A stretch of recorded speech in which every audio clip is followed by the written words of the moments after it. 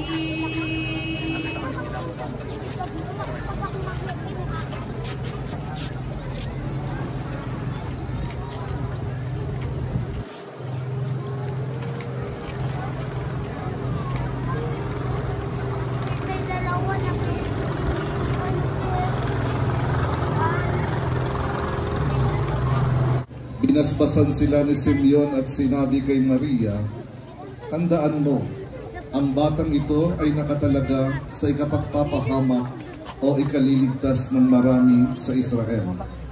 Siya ang magiging tanda mula sa Diyos, ngunit tutuligsain siya ng marami, kaya't mahahayak ang kanilang iniisip. Dahil dito, magdaranas ka ng matinding kapighatian, parang isang patalim na itinarap sa iyong puso." Ang mabuting balita ng Panginoon.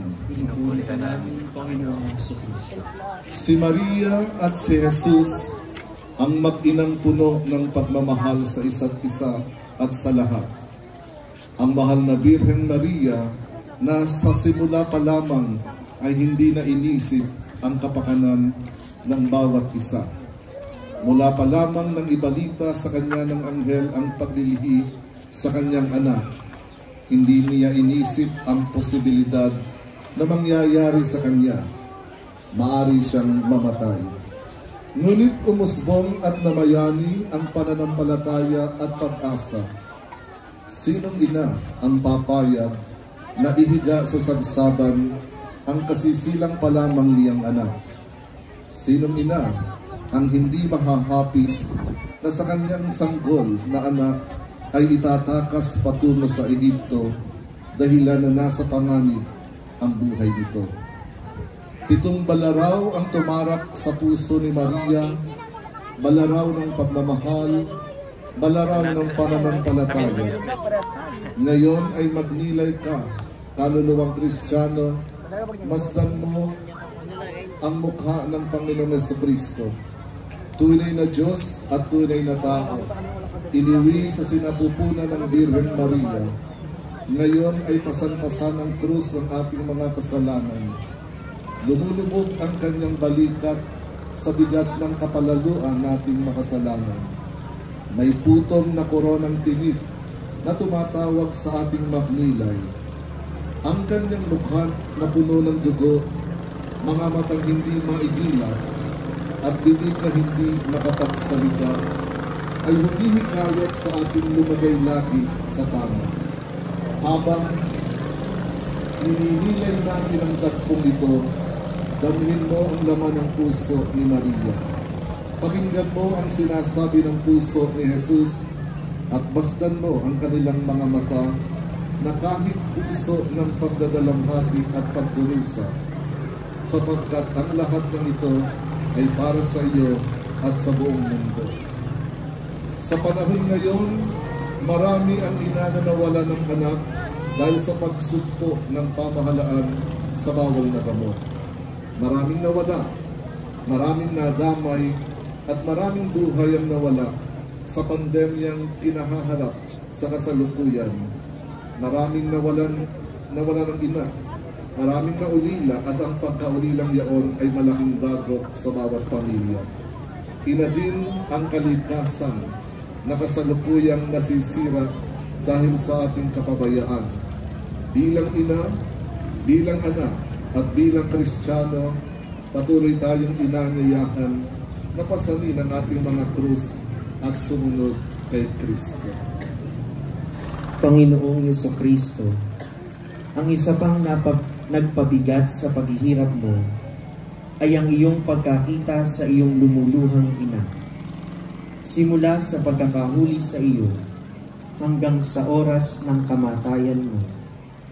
Tulad niya, kami nawa ay makaramay mo at laging sumunod sa iyo, dala ang aming sariling krus. Tulungan mo kaming manalangin para sa kapwa namin, lalo na sa mga ina na naghihirap at nagdurusa, mga inang nangungulila sa kanilang mga anak, at mga anak na naghahanap ng kalinga ng isang ina. Ipinapanalangin namin ang inang kalikasan na nasisira dahil sa luho ng mundo. Panginoon, habang pasan mo ang krus ng aming kasalanan, bigyan mo kami ng malaking pangunawa nang mamulat namin ang aming isipan upang maunawaan na kadalasan ang ginagawa namin ay kasalanan na nagpapabigat sa iyo. At dito ko na nga tatapusin ang aking video mga guys. Maraming salamat sa inyong panonood. Bye guys. God bless you all. Bye bye.